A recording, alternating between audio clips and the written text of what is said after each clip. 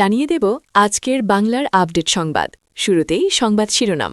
হাসিনার দল আওয়ামী লীগকেই সুবিধা পাইয়ে দিলেন তারেক রহমান, থাকছে প্রতিবেদনে। হাসিনাকে সরাতে ৩ মন্ত্রীর গোপন বৈঠক, ষড়যন্ত্র ছিল মার্কিন প্রশাসনের, থাকছে প্রতিবেদনে। দেশকে শক্তিশালী ভিত্তির উপর প্রতিষ্ঠিত করতে চাই, যাতে কোনো ফ্যাসিবাদ স্বাধীনতা কেড়ে নিতে না পারে, প্রধানমন্ত্রী, থাকছে প্রতিবেদনে। স্থানীয় নির্বাচনী রাজনীতিতে ফেরার পথ খুঁজছে আওয়ামী লীগ, থাকছে প্রতিবেদনে। হাসিনাতে ফাঁসাতে প্রসিকিউটর তাজুলের বিরুদ্ধে কোটি টাকার ঘুষ নেওয়ার অভিযোগ, থাকছে প্রতিবেদনে। রাষ্ট্রপতি চুপ্পুকে সরাতে জামায়াত বিএনপির গোপন বৈঠক, রাজনৈতিক অঙ্গনে তোলপাড়, থাকছে প্রতিবেদনে। এতক্ষণ শুনতেছিলেন সংবাদ শিরোনাম, এখন বিস্তারিত। হাসিনার দল আওয়ামী লীগকেই সুবিধা পাইয়ে দিলেন তারেক রহমান। বাংলাদেশের রাজনৈতিক ইতিহাসে এক অভাবনীয় চাঞ্চল্যকর ঘটনা ঘটেছে। ত্রয়োদশ জাতীয় সংসদ এক বিরল ঘটনার সাক্ষী থাকল। নবনির্বাচিত সংসদ সদস্যদের শপথ গ্রহণ এবং প্রধানমন্ত্রী হিসেবে দায়িত্ব গ্রহণের পর জাতির উদ্দেশ্যে দেওয়া ভাষণে তারেক রহমান বঙ্গবন্ধু শেখ মুজিবুর রহমানকে নিয়ে নতুন এক রাজনৈতিক ও ঐতিহাসিক দৃষ্টিভঙ্গি তুলে ধরেছেন। বক্তব্যের একটি অংশে শেখ মুজিব কেবল একটিমাত্র দলের নেতা ছিলেন না, তিনি ছিলেন এই ভূখণ্ডের অন্যতম প্রধান সংসদ সদস্য। তিনি ছিলেন গণতান্ত্রিক আন্দোলনের পুরোধা। তারেক বলেন, বাংলাদেশের সংসদীয় রাজনীতির সূচনায় শেখ মুজিব একজন সংসদ সদস্য হিসেবে যে ভূমিকা পালন করেছিলেন তা ইতিহাসের অবিচ্ছেদ্য অংশ। আমাদের উচিত ইতিহাসের সত্যকে সাহসের সঙ্গে স্বীকার করা। তারেক আরও বলেন, জাতির পিতা হিসেবে বঙ্গবন্ধুর অবস্থানকে দলীয় সংকীর্ণতার ঊর্ধ্বে রাখা প্রয়োজন। শপথগ্রহণ অনুষ্ঠানে তারেক জিয়ার মুখে বঙ্গবন্ধুর প্রশংসা শুনে অনেকেই বিস্ময় প্রকাশ করেছে। রাজনৈতিক বিশ্লেষকদের মধ্যে ব্যাপক চাঞ্চল্য তৈরি করেছে। দীর্ঘ কয়েক দশক ধরে বাংলাদেশের প্রধান 2 রাজনৈতিক দলের মধ্যে আদর্শের একটি দেওয়াল ছিল। এই বক্তব্য সেই দেওয়ালে বড় ধরনের ফাটল ধরিয়েছে বলে মনে করছেন রাজনৈতিক বিশ্লেষকেরা। বিএনপি শীর্ষ নেতৃত্ব থেকে বঙ্গবন্ধুর এমন অবদানের কথা স্মরণ এবং তার অবদানকে স্বীকৃতি সাম্প্রতিক অতীতে কেন কোনো কালেই হয়নি। বিএনপি স্বীকার করে না মুক্তিযুদ্ধে শেখ মুজিবের আত্মত্যাগের কথা। তাদের মতে মুক্তিযুদ্ধে সবথেকে বেশি অবদান রয়েছে জিয়াউর রহমানের। অনেকে মনে করছেন তারেক রহমান এখন আর সেই প্রতিহিংসার রাজনীতি থেকে সরে আসতে চাইছেন। তারেকের বক্তব্যকে অনেকে জাতীয় ঐক্য গঠনের একটি প্রয়াস হিসেবে দেখতে চাইছেন।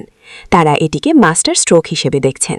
তাদের মতে তারেক রহমান বঙ্গবন্ধুর সংসদীয় ও জাতীয় পরিচয়কে স্বীকার করে নিয়ে আওয়ামী লীগের একক রাজনৈতিক আধিপত্যকে চ্যালেঞ্জ জানিয়েছেন।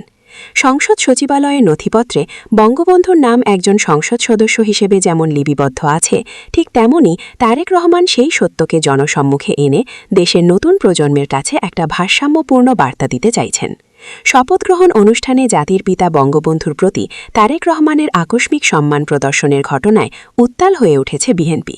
বঙ্গবন্ধুর প্রতি তারেক রহমানের শ্রদ্ধাকে তার দলের কট্টরপন্থী ও তৃণমূল স্তরের নেতাকর্মীরা মেনে নিতে পারছেন না। তাদের কাছে শেখ মুজিব এবং তার দল আওয়ামী লীগ বিএনপির ওপর দমনপীড়ন চালিয়েছে। তাদের নেতাকর্মীদের গ্রেফতার করে জেলে পাঠিয়ে দেওয়া হয়েছে। সবকিছুই হয়েছে শেখ হাসিনার নির্দেশে। তারেক রহমান কি সেই সব অত্যাচারের কথা, সেই সব বিভীষিকাময় দিনের কথা ভুলে গেলেন? দলনেত্রী খালেদা জিয়ার ওপর কম অত্যাচার চালায়নি আওয়ামী লীগ। এত কিছুর পরেও সংসদে দাঁড়িয়ে প্রধানমন্ত্রী তারেক রহমান শেখ মুজিবের প্রশংসা করলেন। কি করে তিনি বলেন, বাংলাদেশের সংসদীয় রাজনীতির সূচনায় শেখ মুজিব একজন সংসদ সদস্য হিসেবে যে ভূমিকা পালন করেছিলেন তা ইতিহাসের অবিচ্ছেদ্য অংশ। আমাদের উচিত ইতিহাসের সত্যকে সাহসের সঙ্গে স্বীকার করা। তবে বিএনপি চেয়ারপারসনের মুখে বঙ্গবন্ধুর প্রশংসাকে রাজনৈতিক বিশ্লেষকদের একাংশ একটু অন্য চোখে দেখছেন। অতীতে বাংলাদেশ সংসদের স্বাধীনতার স্থপতি তথা জাতির পিতার প্রতি শ্রদ্ধা জ্ঞাপন করেন তারেক রহমানের পিতা জিয়াউর রহমান, মা খালেদা জিয়া। রাষ্ট্রপতি থাকাকালীন সেনাশাসক হুসেন মোহাম্মদ এরশাদও মুজিবের অবদানকে শ্রদ্ধাভরে স্মরণ করেন। এমনকি বিএনপির প্রতিষ্ঠাতা জিয়াউর রহমান এক পর্যায়ে জাতির পিতা শিরোপা দেওয়ার বিষয়ে ব্যক্তিগত অভিমত ব্যক্ত করেন। যদিও তার দল ও সরকারের বড় অংশের আপত্তি থাকায় তিনি ওই কাজে বেশি দূর অগ্রসর হতে পারেননি। হাসিনাকে সরাতে 3 মন্ত্রীর গোপন বৈঠক, ষড়যন্ত্র ছিল মার্কিন প্রশাসনের।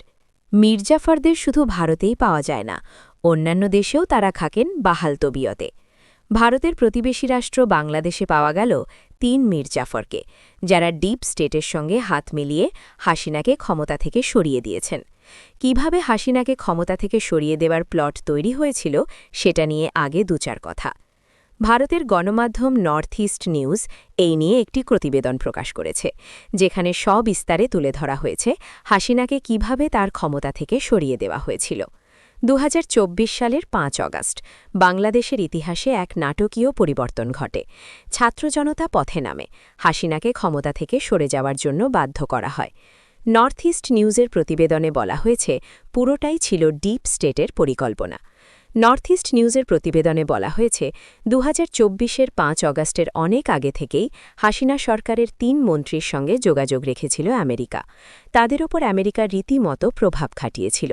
শিক্ষার্থীদের আন্দোলন ঠেকাতে শেখ হাসিনা সরকার চূড়ান্ত ব্যর্থ হয়েছিল। কেন ব্যর্থ হয়েছিল তা বিশ্লেষণ করতে গিয়ে বেরিয়ে আসে ওই ৩ মীর জাফরের কথা। ৫ অগাস্ট রাতে হাসিনা ভারতে চলে যান, আর তার ৮ দিনের মাথায় ১৩ অগাস্ট রাতে ঢাকার সদরঘাট এলাকা থেকে ২ মীর জাফরকে গ্রেফতার করা হয়। নর্থ ইস্ট নিউজের প্রতিবেদনে বলা হয়েছে এই ৩ মীর জাফর ২০২৩ সাল থেকে বাংলাদেশে ও বিদেশ কর্মরত এবং অবসরপ্রাপ্ত মার্কিন কর্মকর্তাদের সঙ্গে যোগাযোগ রেখে চলছিল। প্রতিবেদনে বলা হয়েছে ডিপ স্টেট বাছাই করে এই ৩ জনকে টার্গেট করেছিল, যাদের হাসিনা কোনোভাবেই সন্দেহ করতে পারবে না।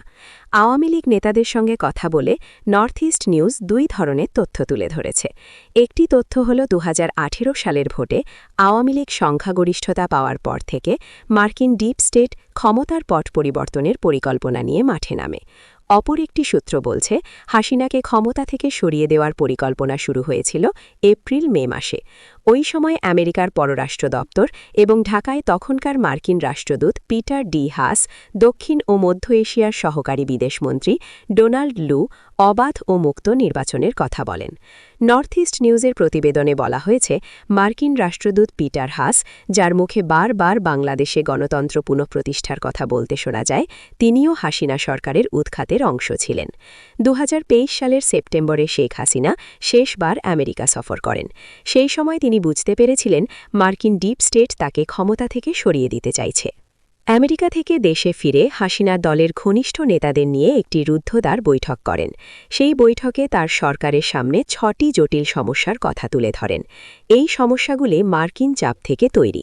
সেই ৬টি জটিল সমস্যার মধ্যে ছিল কোয়াডে যোগদান, GEOSOMI এবং ACSA চুক্তিতে সই, মার্কিন কোম্পানিগুলোকে ২৬টি তেল ও গ্যাস সমৃদ্ধ অঞ্চলে অনুসন্ধান ও উত্তোলনের অনুমতি দেওয়া, মার্কিন বার্মা অ্যাক্ট অনুযায়ী মায়ানমার সীমান্ত সমস্যার সমাধান করা। এক আওয়ামী লীগ নেতার বক্তব্য উদ্ধৃত করে ওই গোয়েন্দা প্রতিবেদনে বলা হয়েছে সেই বৈঠকে হাসিনাকে রীতিমতো উদ্বিগ্ন দেখায়। ২০২৩ সালের শেষের দিকে ডেমোক্র্যাট সদস্য এবং ফরেন অ্যাফেয়ার্স কমিটির সদস্য গ্রেগরি ওয়েলডন মিক্সের চিফ অব স্টাফ নিউ ইয়র্কে আওয়ামী লীগের এক বড় নেতাকে বলেছিলেন ৬ মাসের মধ্যে বাংলাদেশে কোনো বড় ঘটনা ঘটতে পারে। ডিপ স্টেট এতটাই সূক্ষ্মভাবে এই কাজ করেছে যে হাসিনা বিন্দুমাত্র এই ষড়যন্ত্র টের পাননি। এখন বুঝতে পারছেন তার সঙ্গে বিশ্বাসঘাতকতা করেছিল তার ৩ মন্ত্রী। পরিচয় করিয়ে দেওয়া যাক ৩ বিশ্বাসঘাতকের। ৩ বিশ্বাসঘাতক হলেন শেখ হাসিনা সরকারের বেসরকারি শিল্প ও বিনিয়োগ উপদেষ্টা সালমান এফ রহমান, আইনমন্ত্রী আনিসুল হক এবং তথ্য প্রতিমন্ত্রী মোহাম্মদ এ আরাফাত। দেশকে শক্তিশালী ভিত্তির উপর প্রতিষ্ঠিত করতে চাই, যাতে কোনো ফ্যাসিবাদ স্বাধীনতা কেড়ে নিতে না পারে। প্রধানমন্ত্রী তারেক রহমান বলেছেন, দেশকে এমন একটি শক্তিশালী ভিত্তির ওপর প্রতিষ্ঠিত করতে চাই যাতে আর কোনো ফ্যাসিবাদ কিংবা তাবেদার অপশক্তি মানুষের স্বাধীনতা কেড়ে নিতে না পারে। শনিবার সকালে রাজধানীর ওসমানী স্মৃতি মিলনায়তনে মসজিদের ইমাম, মুয়াজ্জিন, খাদেম ও অন্যান্য ধর্মীয় নেতৃবৃন্দের মাসিক সম্মানী প্রদান কার্যক্রমের উদ্বোধন অনুষ্ঠানে তিনি এসব কথা বলেন। তারেক রহমান বলেন, আমি বারবার একটি কথা বলি, নাগরিকদের দুর্বল রেখে রাষ্ট্র কখনো শক্তিশালী হতে পারে না। তিনি বলেন, ধর্ম বর্ণ নির্বিশেষে প্রতিটি শ্রেণী পেশার মানুষ তথা প্রতিটি নাগরিকের আর্থিক সামাজিক নিরাপত্তা নিশ্চিত করার জন্য সরকার রাষ্ট্রীয় সামর্থ্যের সবটুকু দিয়ে চেষ্টা করবে। তবে নাগরিকদেরও কিন্তু রাষ্ট্র এবং সমাজের প্রতি কিছু দায়দায়িত্ব রয়েছে। স্বনির্ভর দেশের আশাবাদ ব্যক্ত করে তিনি আরও বলেন, নাগরিক হিসেবে আমরা যদি যে যার অবস্থান থেকে রাষ্ট্র এবং সমাজের প্রতি যার যার দায়িত্ব সঠিকভাবে পালন করি, আমি আশা করি দ্রুততম সময়ের আমরা রাজনৈতিক এবং অর্থনৈতিকভাবে একটি স্বনির্ভর বাংলাদেশ দেখতে পারব ইনশাআল্লাহ। প্রধানমন্ত্রী বলেন, অর্থনৈতিকভাবে সমৃদ্ধ রাষ্ট্র মানুষের জীবনে হয়তো আর্থিক স্বাচ্ছন্দ্য নিশ্চিত করে, কিন্তু ধৈর্য, সততা, কৃতজ্ঞতাবোধ, শ্রদ্ধা, আনুগত্য, সংহতি, সহনশীলতা, উদারতা, বন্ধুত্ব, বিনয়, দায় কিংবা দয়া এই সমস্ত বৈশিষ্ট্যগুলো অর্জন ছাড়া একজন ব্যক্তি মানবিক গুণাবলী সম্পন্ন হয়ে উঠতে পারে না। এ ধরনের মানবিক বৈশিষ্ট্যগুলো অর্জনের জন্য ধর্মীয়, সামাজিক, নৈতিক মূল্যবোধে উজ্জীবিত হওয়া জরুরি বলে আমি মনে করি। রাষ্ট্র, সমাজ এবং পরিবেশ প্রতিবেশ থেকে অর্জিত আচরণ থেকেই মানুষ তার শুদ্ধ জীবন এবং সুস্থ চিন্তার মানসিক নির্দেশনা পায়, উল্লেখ করেন তিনি। প্রধানমন্ত্রী বলেন, আপনাদের কাছে একটি বিনীত আহ্বান, আপনারা কেউ মসজিদে কিংবা যার যার ধর্মীয় উপাসনালয়ে দায়িত্ব পালনের পাশাপাশি নিজেদেরকে বিভিন্ন অর্থনৈতিক, সামাজিক কর্মকাণ্ডে সম্পৃক্ত করতে চাইলে আপনাদের সেই উদ্যোগ বাস্তবায়নেও সরকার সহযোগিতা করতে প্রস্তুত। প্রতিটি জেলার আইনশৃঙ্খলা বাহিনীর মিটিংয়ে একজন ইমাম, খতিব বা ধর্মীয় প্রতিনিধি অন্তর্ভুক্ত করা হবে। আমরা আজ সব ধর্মের মানুষ একসঙ্গে বসেছি, এক কাতারে রয়েছি। এটিই আমাদের আবহমানকালের ঐতিহ্যবাহী বাংলাদেশ। কেউ যেন আমাদের মধ্যে বিভেদ, বিরোধ সৃষ্টি করতে না পারে, বলেন তারেক রহমান। স্থানীয় নির্বাচনী রাজনীতিতে ফেরার পথ খুঁজছে আওয়ামী লীগ। স্থানীয় সরকার নির্বাচন সামনে রেখে নতুন কৌশল সাজাচ্ছে কার্যক্রমে নিষেধাজ্ঞার মুখে থাকা আওয়ামী লীগ।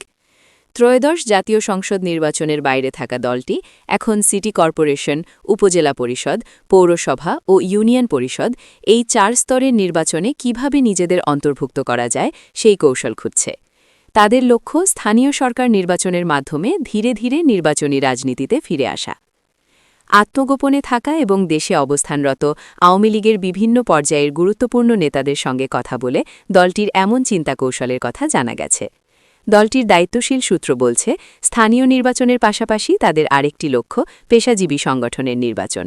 বিশেষ করে আইনজীবী সমিতিগুলোর নির্বাচনে কিছুটা জায়গা তৈরি করতে চায় তারা। 2024 সালের 5 আগস্ট সরকারের পতনের পর স্থানীয় সরকারের প্রায় সব স্তরের জনপ্রতিনিধিদের পদ শূন্য হয়ে যায়। এখন নির্বাচিত সরকার দায়িত্ব নিয়েছে। পর্যায়ক্রমে স্থানীয় সরকারের নির্বাচন অনুষ্ঠিত হবে। এটাকে রাজনৈতিক এন্ট্রি পয়েন্ট হিসেবে দেখছেন কার্যক্রম নিষিদ্ধ আওয়ামী লীগের নেতারা। কারণ এসব নির্বাচনে ব্যক্তিগত প্রভাব, স্থানীয় নানা ইস্যু এবং দলীয় সমর্থন সবই ফল নির্ধারণে গুরুত্বপূর্ণ ভূমিকা রাখে। আত্মগোপনে থাকা এবং দেশে অবস্থানরত আওয়ামী লীগের বিভিন্ন পর্যায়ের গুরুত্বপূর্ণ নেতাদের সঙ্গে কথা বলে দলটির এমন চিন্তাকৌশলের কথা জানা গেছে। দলীয় একাধিক সূত্র থেকে জানা গেছে, আওয়ামী লীগের সভাপতি শেখ হাসিনা ত্রয়োদশ জাতীয় সংসদ নির্বাচনের পর ভার্চুয়ালি নেতাকর্মীদের সঙ্গে কথা বলেছেন। এর মধ্যে অন্তত 2টি কর্মসূচিতে আত্মগোপনে থাকা নেতাকর্মীদের দেশে ফেরার তাগিদ দিয়েছেন। পাশাপাশি স্থানীয় নির্বাচনের জন্য এখন থেকেই প্রস্তুতি নেওয়ার পরামর্শ দিয়েছেন। আওয়ামী লীগের নেতারা মনে করছেন, পরবর্তী জাতীয় সংসদ নির্বাচনে ফিরে আসতে হলে স্থানীয় নির্বাচনে আগে যুক্ত হতে হবে। সেই লক্ষ্যে কারাগারে থাকা নেতাকর্মীদের জামিনের বিষয়টিতে জোর দেওয়া হবে। একই সঙ্গে আওয়ামী লীগের কার্যক্রমের ওপর থাকা নিষেধাজ্ঞা প্রত্যাহারের জন্য সরকার ও আন্তর্জাতিক মহলের সঙ্গে যোগাযোগ বাড়ানোর পরিকল্পনাও রয়েছে। নাম প্রকাশ না করার শর্তে ওই নেতাদের মতে স্থানীয় নির্বাচনে দলীয় প্রতীক চালু করা আওয়ামী লীগের ভুল সিদ্ধান্ত ছিল। এর ফলে তৃণমূলে বিভেদ বেড়েছে এবং দল ক্ষতিগ্রস্ত হয়েছে। বিএনপি সহ অন্য রাজনৈতিক দলগুলো একই ভুল করবে না বলেই তাদের ধারণা। স্থানীয় সরকার নির্বাচন দলীয় প্রতীক চালু করেছিল আওয়ামী লীগ সরকারই। এখন আওয়ামী লীগের অনেক নেতাকর্মী মনে করছেন, স্থানীয় সরকার নির্বাচন নির্দলীয় ব্যবস্থায় ফিরে যাওয়া উচিত। আত্মগোপনে থাকা আওয়ামী লীগের একাধিক কেন্দ্রীয় নেতার মতে, স্থানীয় সরকার নির্বাচন নির্দলীয় হলে আওয়ামী লীগের জন্য অংশগ্রহণ সহজ হবে, আর দলীয় প্রতীকের নির্বাচন হলে কার্যক্রম নিষিদ্ধ থাকায় আওয়ামী লীগের অংশ নেওয়া কঠিন হয়ে পড়বে। তবে স্বতন্ত্র হিসেবে ভোট করার সুযোগ থাকবে। নাম প্রকাশ না করার শর্তে ওই নেতাদের মতে স্থানীয় নির্বাচনে দলীয় প্রতীক চালু করা আওয়ামী লীগের ভুল সিদ্ধান্ত ছিল। এর ফলে তৃণমূলে বিভেদ বেড়েছে এবং দল ক্ষতিগ্রস্ত হয়েছে। বিএনপি সহ অন্য রাজনৈতিক দলগুলো একই ভুল করবে না বলেই তাদের ধারণা। সারা দেশে সিটি কর্পোরেশন আছে 12টি। এর সবকটি এখন অনির্বাচিত প্রশাসক দিয়ে পরিচালিত হচ্ছে। স্থানীয় সরকার ব্যবস্থার মধ্যে সবচেয়ে নিচের স্তর ইউনিয়ন পরিষদ, যার সংখ্যা 4500-এর বেশি। উপজেলা রয়েছে প্রায় 500টির মতো এবং পৌরসভার সংখ্যা 300টি। সিটি কর্পোরেশন থেকে শুরু করে ইউনিয়ন পরিষদ পর্যন্ত স্থানীয় সরকারের কোনো পর্যায়েই এখন নির্বাচিত জনপ্রতিনিধি নেই। গত 1.5 বছরের এই শূন্যতায় সেবা পেতে নানা পর্যায়ে ভোগান্তিতে পড়তে হচ্ছে নাগরিকদের। সরকারের সংশ্লিষ্ট সূত্রে জানা গেছে, সিটি কর্পোরেশন নির্বাচন দিয়েই স্থানীয় সরকার প্রতিষ্ঠানগুলোতে ভোট শুরু করার পরিকল্পনা করছে সরকার। এরপর ধাপে ধাপে পৌরসভা, উপজেলা পরিষদ, জেলা পরিষদ এবং ইউনিয়ন পরিষদ নির্বাচন করার পরিকল্পনা রয়েছে। ইতিমধ্যে স্থানীয় সরকার নির্বাচনের প্রস্তুতি নিতে নির্বাচন কমিশনকে আনুষ্ঠানিকভাবে চিঠি পাঠিয়েছে স্থানীয় সরকার বিভাগ। স্থানীয় সরকার নির্বাচন নিঃসন্দেহে কার্যক্রম নিষিদ্ধ আওয়ামী লীগের জন্য একটা সুযোগ। দলটির চিহ্নিত এবং গুরুত্বপূর্ণ অনেক স্থানীয় নেতা হয়তো হয়রানির ভয়ে নির্বাচনে অংশ নেবেন না। হাসিনাকে ফাঁসাতে প্রসিকিউটর তাজলের বিরুদ্ধে কোটি টাকার ঘুষ নেওয়ার অভিযোগ। হাসিনা এখনও দিল্লিতে থাকা অবস্থায় আন্তর্জাতিক অপরাধ ট্রাইব্যুনাল আইসিটি তার বিরুদ্ধে মানবতাবিরোধী অপরাধে লিপ্ত থাকার মামলা দায়ের হয়। আদালত তাকে মৃত্যুদণ্ডে দণ্ডিত করে। একই অপরাধে সাজা হয় তার আমলের স্বরাষ্ট্রমন্ত্রী আসাদুজ্জামান খান কামালকে। এই অপরাধ ট্রাইব্যুনাল গঠন করা হয়েছিল হাসিনার আমলে। তার অন্য একটি উদ্দেশ্য ছিল ড মোহাম্মদ ইউনুস ক্ষমতায় আসীন হওয়ার পর এই আদালত বকলমে তার অস্ত্র হয়ে ওঠে। আওয়ামী লীগের নেতাকর্মীদের কাঠগড়ায় তোলা হয়। এই আদালতের যে কোনো বৈধতা নেই তা নিয়ে কোনো সন্দেহ নেই। তারেক রহমান প্রধানমন্ত্রী পদে আসীন হওয়ার পর আন্তর্জাতিক অপরাধ ট্রাইব্যুনালের চিফ প্রসিকিউটর তাজুল ইসলামকে সরিয়ে দেন। বিচার প্রক্রিয়া নিয়ে নানা প্রান্ত থেকে প্রশ্ন উঠতে শুরু করে। এবার যে অভিযোগ প্রকাশে এলো তার রীতিমতো ভয়ঙ্কর। আইসিটির এক আইনজীবীর বিরুদ্ধে কোটা টাকা ঘুষ চাওয়ার অভিযোগ উঠেছে। তিনি এই ঘুষ চেয়েছিলেন আওয়ামী লীগের এক সদস্যের জামিনে মুক্তির বিনিময়ে। অভিযুক্ত সরকারপক্ষের আইনজীবী। বাংলাদেশের প্রথম সারির দৈনিক প্রথম আলো পেয়েছে অভিযুক্ত আইনজীবীর সঙ্গে আওয়ামী লীগের পরিবারের এক সদস্যের ফোন কথোপকথনের অডিও। অভিযুক্ত আইনজীবীর নাম সাইমুম রেজা তালুকদার।